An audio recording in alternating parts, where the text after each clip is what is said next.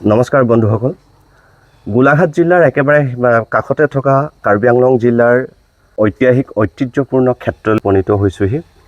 আৰু আপোনালোকে জানে যে ৰঙাজান তিনিআলিৰ পৰা যিটো কাৰ্বি আংলং এই নামবৰ ৰিজাৰ্ভৰ মাজেৰে যিটো নেশ্যনেল হাইৱে গৈছে, সেইটো হৈছে 39 নেশ্যনেল হাইৱে। আৰু সেইটো নাগালেণ্ড, মণিপুৰ তো আপ টু ম্যানমাৰলৈকে যাব পাৰি সেইটো ৰোডেৰে, স্থল পথেৰে। এই নামবৰ ৰিজাৰ্ভখন বহুকেইটা কাৰণত ঐতিহ্যৰ ভিতৰত আহে। অসমৰে নহয়, ভাৰতৰ ঐতিহ্যৰ ভিতৰলৈ আহে। আৰু এই ঐতিহ্যবিলাকৰ কথা আলোচনা কৰিম, কিন্তু কৰিবলৈ যোৱাৰ আগতে এই নামবৰ ৰিজাৰ্ভৰ যিটো 39 নেশ্যনেল হাইৱেত আনুমানিক ব্ৰিটিছসকলৰ শাসনকালৰ পৰাই এই ৰাস্তাটো একমাত্ৰ নাগালেণ্ড, মণিপুৰ আৰু অসমৰ লগত সংলগ্ন হ'ব পৰা একমাত্ৰ ৰাস্তা আছিলে। আৰু এই ৰাস্তাটোৰ পৰিদৰ্শন কৰিবৰ বাবে এটা কাৰ্যালয় ইয়াতে অৱস্থিত আছিলে, আৰু এইটোৱে কাৰ্যালয় ফৰেষ্ট ডিপাৰ্টমেণ্টৰ অধীনত থকা কাৰ্যালয়। আৰু বৰ্তমান এই কাৰ্যালয়টো একেবাৰে পৰিত্যক্ত অৱস্থাত আছে, জহি কহি একদম উৱলি গৈছে। এখেত হৈছে দিছু টকবি, আৰু এই টকবিৰ জৰিয়তে আমি কিছু কথা জানিম, আৰু যিখিনি কথা জানিম আমি আপোনালোকৰ মাজলৈ সেই কথাখিনি শ্বেয়াৰ কৰিম। বলকচোন বন্ধুসকল, এই পৰিত্যক্ত ঘৰটোৰ ভিতৰত কি আছে আমি এটা এটাকৈ চাম। ভূত বাংলা অদৃশ পৰিৱেশলৈ ৰূপান্তৰিত হৈছে। ইয়াৰ দুৱাৰ খিৰিকী চব ভাঙি চিঙি নিশেষ হৈ আছে। এইবিলাক কি কাৰণে ভাঙি গ'ল? এইটো মানুহে ভাঙিছে নেকি বাৰু?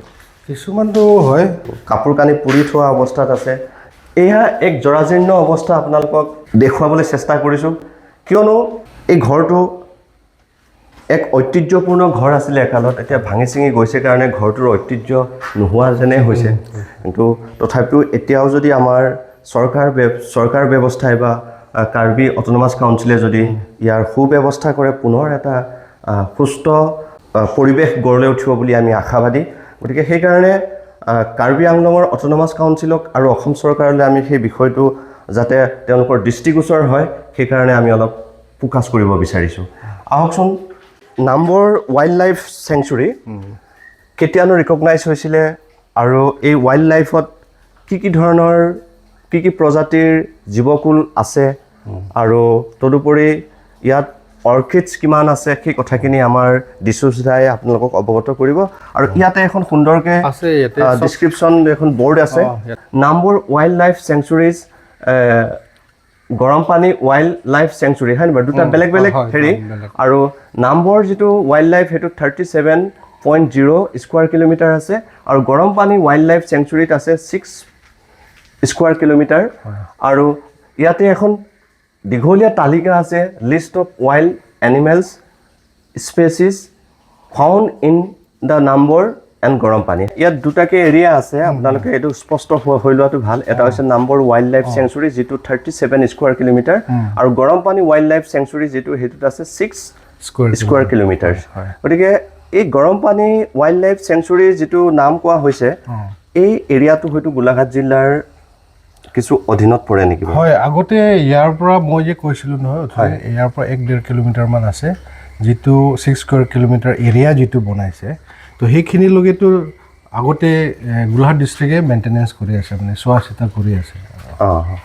আৰু এতিয়া সেইখিনি এতিয়া গোলাঘাটৰ পৰা মেইনটেনেঞ্চ হয় নহয়? এতিয়াতো নহয়, এতিয়া গোটেইখিনি মানে কাৰ্বি আংলঙৰ অধীনত হৈ আছে ন? হয়।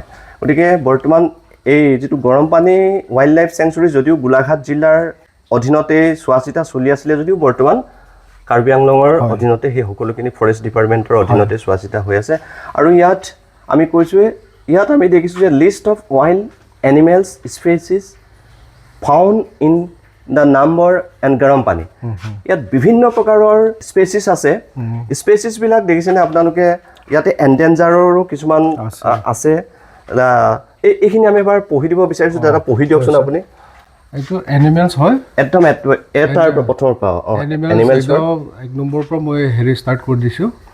এলিফেণ্ট আছে, ইণ্ডিয়ান এলিফেণ্ট, হয়, টাইগাৰ, তাৰপিছতে লিঅ'পাৰ্ড আছে, তাৰপিছতে মিথুনটোলৈ কয় ইণ্ডিয়ান বাইচন, আৰু এইটো স্লট বেয়াৰ, হিমালয়ান, হয়, মাটিৰ ভালুক, হয়, তাৰপিছত হিমালয়ান ব্লেক বেয়াৰ, হয়, আৰু হলক মংকি, হল বান্দৰ, আৰু এইটো হনি বেয়াৰ, মানে গছ ভালুক। এই গছ ভালুকো এটা থাকে নেকি? থাকে। আৰু এইটো swamp Deer. bear, দল হৰিণ ৱাইল্ড ডগ ৰাং কুকুৰ ইয়াত পায় পায় ইয়াতে পায় ৰাং কুকুৰটো বনৰীয়া নেকি বনৰীয়া মানে ৰেয়াৰ এইবিলাক ফটকে দেখি নাপায় মানে সেইটো হিচাপত আমি টাইম লাগে আৰু বিচাৰিবলৈ কিন্তু পায় আৰু আচ্ছা চাম্বাৰ চাম্বাৰ কাঠ খোৱা পহু কাঠ খাই যিবিলাকে হয় নে বাৰু এইটো বাৰ্কিং ডিয়াৰ কুকুৰী পহু এণ্ড ইটাৰ বনৰৌ এইটো হেয়াৰ ফ্লাইং স্কুৱেৰ হয় মংগছ টাইগাৰ এইটো চিভিল কেট মানে সৰু লতা মাকৰি বাঘ হয় এইটো হয় তাৰপিছতে শ্ল' লৰিছ লাজুকী বান্দৰ হক ডিয়াৰ এইটো কৈছে খটীয়া পহু ৱাইল্ড পিগ বনৰীয়া গাহৰি চিভিল কেট জহামাল মংকি হনুমান বান্দৰ মংকি এইটো ৰেচেছ মলুহা বান্দৰ পৰ্কুপাইন কেটেলা পহু হয় জেকেল শিয়াল অটাৰ উড ৱাইল্ড এনিমেলছৰ ক্ষেত্ৰত আমি 26 বিধ বনৰীয়া জন্তু আছে যে জন্তুৰ সমান্তৰালকে ইয়াত আছে কিছুমান চৰাই যিটো wild birds species found in number and গৰম পানী ৱাইল্ড লাইফ চেংচুৰীজ আকৌ এবাৰ গাই দিয়কচোন আপুনি ইংলিছটো গাই দিয়ক মই অসমীয়াটো গাই যাম এইটো বাৰ্ডছত আমি যাওঁ 1 নম্বৰ হৈছে এম্পেৰিয়েল পিজন এইটো পৰঘমা চৰাই গ্ৰীণ পিজন হাইঠা চৰাই আৰু জংগল ফল বনৰীয়া কুকুৰা তাৰপিছতে পিজন দৰিক কোৱেল বতা চৰাই ৱাছলিং টেইল ভৰালি হাঁহ কটন টেইল পানী হাঁহ পাৱাৰ বালিমাহী হক হেন চৰাই কাউৰী মাকপিচ দহিক তৰা হিল মইনা পেৰট ভাটৌ হৰ্ণবিল ধনেশটো বাৰু পৰ্যাপ্ত পৰিমাণে পায়নে বাৰু দেখা যায় দেখা পায় হয় তো সেইখিনি হৈছিলে বাৰ্ডছৰ স্পেচিছৰ ভিতৰত আহে আৰু ইয়াত এণ্ডেঞ্জাৰ কিছুমান আছে ৰেয়াৰ এণ্ড এণ্ডেঞ্জাৰ প্লাণ্ট স্পেচিছ তো এইখিনি গাই দিয়কচোন এছেন্থিপিয়াম চাইথেন্সিছ এইটো আমিতো চিনিয়ে নাপাওঁ এইটো মানে বস্তু দেখিলেহে এইটো বস্তু বুলি আমি ক'ব পাৰিম আৰু কিছুমান আৰু আনোথোচিলাছ চিকিমেন্সিছ এইটো আৰু কালেন্থে মাছুকা আৰু চি বায়'কলাৰ আৰু ফলামিপিচিছ মানি উইনিলা ফিলিফিৰা এইটো স্পেচিছ অলপ বেছি আছে কিন্তু উইনিলাটো ইমান ওচৰত নহয় অলপ আঁতৰত যাব লাগিব এইটোতো আৰ্জেণ্টিনা গ্ৰামেফিলিয়া এইটোতো তাৰপিছতে লগতে গ্ৰাইমস্পেন এইটোতো গেনিটিয়াম গিনিমন এইবিলাক মানে বহুত মানে হেৰি আছে ভিতৰত থাকে আৰু এইবিলাকতো এইখিনি আমি অৱশ্যে কাহানিও নেদেখা আৰু অপৰিচিত প্লাণ্ট স্পেচিছ আৰু ইয়াত দুজন আৰু বস্তু আছে লিষ্ট থাকি গৈছে list of wild reptiles species king cobra আছে যিটো চকৰি ফেটি সাপ কব্ৰা ফেটি সাপ ফাইথন অজগৰ মনিটৰ লিজাৰ্ড গুই গল্ডেন মনিটৰ লিজাৰ্ড সোণ গুই গতিকে আমি গুই অৱশ্যে এভৰিডে দেখিছোঁ যিটো গল্ডেন মনিটৰ লিজাৰ্ড সেইবিধ গুই আজিলৈকে অৱশ্যে দেখা নাই আপুনি দেখি পাইছে নেকি পাইছে ন বহুত আছে ইয়াতে আছে এইটো অলপ কিবা ভিতৰত সোমালে প্ৰায় পায়েই আমি আপোনালোকক খুব দুখেৰে জনাব বিচাৰিছোঁ যে ইয়াত যিমানবিলাক স্পেচিছ আছে ৱাইল্ড এনিমেলছেই হওক আমাৰ ৱাইল্ড ৰেপটাইলছ স্পেচিছেই হওক বা প্লাণ্টছ স্পেচিছেই হওক সেইবিলাক বস্তু আপোনালোকক দেখাই দিবলৈ অলপ সময় লাগিব বা জংঘলৰ ভিতৰে যাব লাগিব তেতিয়াহে আৰু এনিমেলছ বস্তুটো এনেকুৱা বস্তু বিচাৰিলে পোৱা নাযায় এইটো ভাগ্য ভালে থাকিলে আপুনি যিকোনো সময়ত ইয়াৰ লগত সন্মুখীন হ'ব পাৰে আৰু হাতীৰটো ইয়াতে সাংঘাতিক উপদ্ৰৱ চলে হয় নে বাৰু হাতী যিকোনো সময়ত আহিব পাৰে এতিয়াও আহিব পাৰে নেকি আমি লগ পাই যাব পাৰোঁ নেকি বাই চান্স পাই যাব পাৰে তেতিয়া কি কৰিম এতিয়া যদি আহি যায় এটা যায় বচাব আৰু ন মানে আমি চাইড হ'ব লাগিব আৰু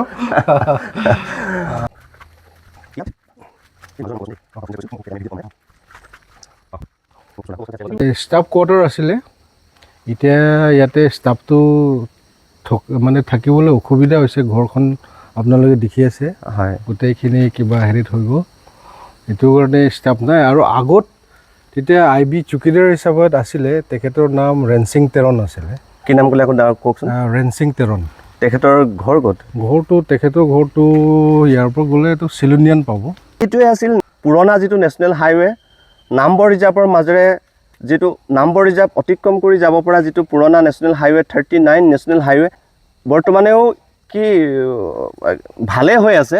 নেশ্যনেল হাইৱেৰ দুয়োকাষে নামবৰ আৰু গৰমপানী ৱাইল্ড লাইফ চেংচুৰী অৱস্থিত। আৰু এই যে গৰমপানী কি কাৰণে গৰমপানী হ'ল, নামবৰ কি কাৰণে হ'ল, আমাক আজি এই দিশুচ দাই অলপ অৱগত কৰিব। গৰম পানীটো চবেই জানে, পানীটো গৰম হোৱাৰ কাৰণে গৰম পানী উতলি থাকে, হয় নে বাৰু? সেইটো বাৰু সেইটো আপোনাক লৈ যাম বাৰু, সেইটো দেখামগৈ, হয় নে বাৰু? গৰম পানী সেই জেগাটো পুৰা দেখাম। তাৰপিছতে এইটো বস্তুটো চাইণ্টিফিকলি ৰিচাৰ্চ কৰা হিচাপতেতো পানীটো ইয়াৰ পৰা লৈ পেলাই টেষ্ট কৰিবৰ কাৰণে লৈ তেখেতৰ পৰা আমি জনা হিচাপকেতো ছালফাৰিক এচিড আছে, ছালফাৰিক এচিড। গৰম পানীটো আমাৰ শৰীৰৰ কাৰণে ভাল নে বেয়া? এনেইতো আমি জনা হিচাপতেতো এইটো মানে খাদ্য পানী নহয় আৰু মানে খাদ্য খাব নোৱাৰে আৰু মানে একবাৰ খাই দিলে বাৰু এইটো একো এফেক্ট নহ'ব পাৰে। খাইছে নেকি আপুনি কেতিয়াবা? না, মই খোৱা নাই, কিন্তু তথাপি এইটো খালে মানে এইটো মানে হাৰ্ম হ'ব তাৰমানে। এইটো তো গৰম পানী যিটো উতলি থাকে, আমি উতলা পানী খাওঁ, কিন্তু এইটো উতলা পানী খোৱাৰ যি উপযোগী নহয়, এইটো যদি গৰম পানী আমি খাই দিওঁ তেতিয়া হয়তো শৰীৰৰ কাৰণে হাৰ্মফুলো হ'ব পাৰে। মই এটা কথা শুনিছোঁহে দেই, এই গৰম পানী যিটো তাত ছালফাৰিক এচিড থাকে যে উতলি থাকে পানীটো, আৰু সেই পানীটো বোলে কেনেবাকৈ গাত যদি স্কিনত সানি লোৱা হয় তেতিয়া কিবা এটা ৰোগ ভাল হয় নে কি বুলি কোৱা শুনিছোঁ। মানে বহুতে তেনেকৈ আহে, আগতেতো তেনেকৈ অ'পেনলি গাত ধুবলৈও দিওঁ পুখুৰীত, কিন্তু পাব্লিকে কিছুমানে মিছ ইউজ কৰি দিয়ে, কাপোৰ কানি পেলাই থৈ লেতেৰা কৰি দিয়ে। তো এইটো এতিয়া সেই বস্তুটো চাফ চিকুণ ৰাখিবৰ কাৰণে আমি পুখুৰীৰ ভিতৰতো ধোৱাটো মানা কৰি দিছোঁ। কিন্তু স্কিনৰ কাৰণেতো বহুতেই কয়, সিহঁতে নিজে আহি পেলাই কয় এইটো পানী দি গাত ধোৱাৰ কাৰণে খৰ খজুলি এইবিলাক ভাল হৈছে, এনেকৈ কয় আৰু। সেই খৰ খজুলি আৰু এই যিটো আয়ে দেখা দিয়া বুলি কয়, যিটো বসন্ত ওলোৱা বুলি কয়, সেই দুইটা কাৰণে সেই গৰম পানীটো বহুত ভাল বুলি কোৱা শুনিছোঁ। এবাৰ বোলে এই গৰম পানী যদি গাত সানি দিয়া হয়, গাৰ স্কিনত যদি সানি দিয়া হয়, তেতিয়া বোলে দ্বিতীয়বাৰলৈ নোলায়। মই অৱশ্যে শুনিছোঁৱে দেই, সেইটো হয়তো প্ৰেক্টিকেলি কৰি চোৱা নাই, তাতকৈ বেছি ভালকৈ এখেতে জানিব, ইয়াৰ প্ৰতি মুহূৰ্তত জড়িত হৈ থকা ব্যক্তি। আমিও ট্ৰাই কৰিছিলোঁ পানীটো উঠাই, তাৰপাছতে আমি কাপোৰবিলাক ধুইছোঁ। মানে জেনেৰেল যিটো পানী, নৰ্মেল যিটো পানী আমি ধুওঁ নহয়, সেইটোৰ পৰা বেছি চাফাটো হয়। কিন্তু এইটো পানী লগত কাপোৰ ধুলে বেছি চাফা হয় ন? হয়, এইটোৱে এচিড থাকে, ছালফাৰিক এচিড থাকে। বিভিন্ন প্ৰজাতিৰ পখিলা আছে, সৰুৰ পৰা ডাঙৰলৈ। আপোনালোকে কেতিয়াবা যদি আহি কৰি ইয়াতে জংঘলত সোমাই অলপ যদি ঘূৰা পকা কৰে, তেতিয়াহ'লে এই বিভিন্ন ধৰণৰ ৱাইল্ড যিমানবিলাক এনিমেলছেই হওক, বাটাৰফ্লাই হওক বা বাৰ্ডছ হওক, সেই সকলোবিলাক স্পেচিছৰ নমুনা আপোনালোকে দেখিবলৈ পাব। কিন্তু আহি ইয়াত টাইম ৱেষ্ট কৰিব লাগিব, কষ্ট কৰিব লাগিব। হাতী আমি চবেই বাবা কওঁ, বাবা মাতো, আমি পাইছোঁ। তাৰপাছতে অজগৰ সাপ ভালেমান পাইছিলোঁ, আৰু লগতে লেওপাৰ্ডো পাইছোঁ। তাৰপাছতে থুৰিৰ পৰা আমি তাতে বৰ্ডত চোৱা বাৰ্কিং ডিয়াৰ এইবিলাকো পাইছোঁ আৰু। পাইথন সাপটো অৱশ্যে যিকোনো জেগাত পোৱা নাযায়, হয়, কিন্তু বহুত আছে। কিন্তু বহুত আছে ন? বহুত আছে। কিমান ডাঙৰলৈকে দেখিছে আপুনি? লেংথটো 14+ এনেকুৱা হ'ব। দেখিছোঁ, ডাঙৰ হৈছে। কিন্তু ইয়াত তেনেকুৱা কোনোবা বিশেষ মানে এৰিয়া আছে নেকি, যিবিলাক এৰিয়াতে পাইথনবিলাক বেছিকৈ থাকে? ইহঁতে কিন্তু বেছিতো হলা নিচিনা জেগাবিলাকে বেছি পায় ইহঁতক। যিটো পানী থাকে অলপ দ জেগাত, সেইবিলাক জেগাতে বেছি থাকে। সোণালী গৈটো আৰু গৈটোৰ মাজত পাৰ্থক্য কিবা আছে নেকি? পাৰ্থক্য কিন্তু সোণালী গৈটো অলপ খঙিয়াল আছে, সেইটোৱে আছে। সোণালী গৈৰ চাইজটো মানে ইমান শকত পেটলা এনেকুৱা টাইপ নহয় কিন্তু এটা। কিন্তু জেনেৰেল যিটো গৈটো হ'ল অলপ শকত থাকে, কিন্তু সোণালী গৈটো ইমান শকত নহয়, অলপ খঙিয়াল থাকে। আপোনালোকে যদি এই কথাখিনি অবিশেষ জানিব বিচাৰে, তেতিয়াহ'লে মোৰ ভিডিঅ'টো স্কিপ নকৰাকৈ শেষলৈকে চাব। তদুপৰি জনাবলৈ পাই সুখী হৈছোঁ যে ইয়াতে কিছু তকবীৰ দা আছে। তকবীৰ দাক কোনোবা যদি ব্যক্তি আহি আৰু অবিশেষ জানিব বিচাৰিলে, তেখেতৰ লগত যোগাযোগ কৰি তেখেতৰ সৈতে জংঘলখনৰ ভিতৰলৈ সোমাই আহিলে অনেক ধৰণৰ স্পেচিছ দেখিবলৈ পাব। গতিকে সেই কথাখিনি আপোনালোকৰ মাজলৈ শ্বেয়াৰ কৰিব বিচাৰিছোঁ। দিশু দা, ইয়াতে অনেক প্ৰকাৰৰ আমি ডাঙৰ ডাঙৰ গছ দেখিবলৈ পাইছোঁ, কিন্তু এই গছবিলাক আমি চিনি নাপাওঁ। আপুনি দুজোপামান গছ চিনাকি কৰাই দিয়কচোন। হয়তো ধুনীয়া গছ হয়, অসমীয়াতে মই ইমান স্পষ্ট নহয়, অসমীয়া নামটো নাজানে তেওঁ। যে গছবিলাকৰ বয়স কিমান হৈছে বাৰু আপুনি? বয়স এইটোতো 40+ হ'ব এইবিলাক বস্তুটো। আৰু কোনবিলাক গছ ইয়াতে বেছি, কোনটো প্ৰজাতিৰ গছ বেছিকৈ পোৱা যায় ইয়াতে? বেছিটো আঝাৰ গছটো বেছি পাব, আৰু আপোনাৰ বান্দৰ ডিমা কয় নহয়, এইটো গছটো বেছি আছে ন? তো খুব ভাল কথাটো হ'ল ইয়াতে আহিলে আপোনালোকে পৰিৱেশটো বহুত শান্ত হয়। ঐতিহ্যপূৰ্ণ এই নামবৰ আৰু গৰমপানী ৰিজাৰ্ভৰ কিছু কথা জানিবলৈ প্ৰয়াস কৰোঁতে আমাৰ মাজত হঠাতে আহি উপস্থিত হ'ল ACF অফিচাৰ প্ৰণৱ তেৰংনা। আপোনাৰ ইয়াত কিমান দিন হৈছে বা? মোৰ 5 years ৰানিং। 5 years ৰানিং ন? আপুনি ইয়াতে থাকিবলৈ IB আছে নে কি কৰে, কেনেকৈ হেৰি কৰে? বৰ্তমান যিটো IBটো আছে সেইটো কণ্ডিশ্যন ঠিক নহয়। আমি অলৰেডি অথৰিটিক সেইটো এপ্ৰাইজ কৰিছোঁ নিউ কনষ্ট্ৰাকশ্যনৰ কাৰণে। এইটো কি ষ্টেপত আছে সেইটো এতিয়ালৈকে জনা হোৱা নাই। তো ইয়াতে আমি দেখিছোঁ বিভিন্ন সময়ত বিভিন্ন ঠাইৰ পৰা মানুহ আহি থাকে, পৰ্যটক, হয়নে বাৰু? আৰু পৰ্যটকৰ আমি সমাগম দেখি পাইছোঁৱেই বাৰু। কিন্তু আমি ইয়াতে বৰ্ডত যিমানবিলাক স্পেচিছৰ লিষ্ট পালোঁ, এই লিষ্টবিলাকৰ ভিতৰত কিছুমান এনডেঞ্জাৰো পালোঁ। এনডেঞ্জাৰ যিমানবিলাক স্পেচিছ আছে, এইবিলাকৰ সুৰক্ষাৰ কিবা ব্যৱস্থা আপোনালোকৰ ডিপাৰ্টমেণ্টেলি পদক্ষেপ লৈছে নেকি, জানিবহে বিচাৰিছোঁ। হয়, এইটো আমি পদক্ষেপটো লৈ আছোঁ আৰু ইয়াৰ প্ৰিজাৰ্ভেশ্যনৰ কাৰণে। কিন্তু যিবিলাক স্পেচিছ ইয়াত আপুনি দেখা পাইছে, তাৰে কিছুমান মানে কি হ'ল, নেইবাৰিং যিবিলাক ভিলেজ তাৰ পৰা কিছুমান মানে থ্ৰেটেনিং আহে।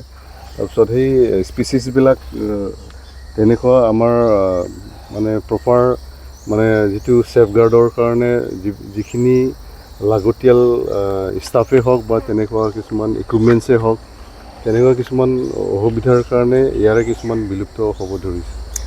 মই জানিব বিচাৰিছোঁ যে বিলুপ্তি হ'ব ধৰা এই এনিমেলছেই হওক বা স্পেচিছবিলাকৰ কাৰণে আপোনালোকৰ ডিপাৰ্টমেণ্টেলি কিবা পদক্ষেপ গ্ৰহণ কৰিছে নেকি?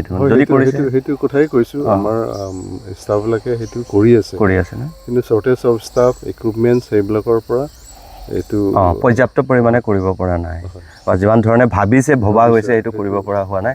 আৰু আপুনি দেখিছেনে এই মানে ৰিজাৰ্ভখনৰ ভিতৰত আহি এটা সঁচাকৈ পৰিৱেশটো একদম কিবা মন চন ভাল লাগি যায়। সময়ত আমি শুনিছোঁৱে দেই, মানে বাহিৰৰ পৰা সেই যিটো এটা আপুনি কথা ক'লে যে নাইবাৰ যিমানবিলাক ভিলেজ আছে বা অন্যান্য সেইবিলাক থ্ৰেটনিঙৰ যিটো প্ৰব্লেম, এই তেনেকুৱা গছ গছনিও কাটি নিয়াৰ কিবা তেনেকুৱা পৰিস্থিতি হৈছে নেকি বাৰু?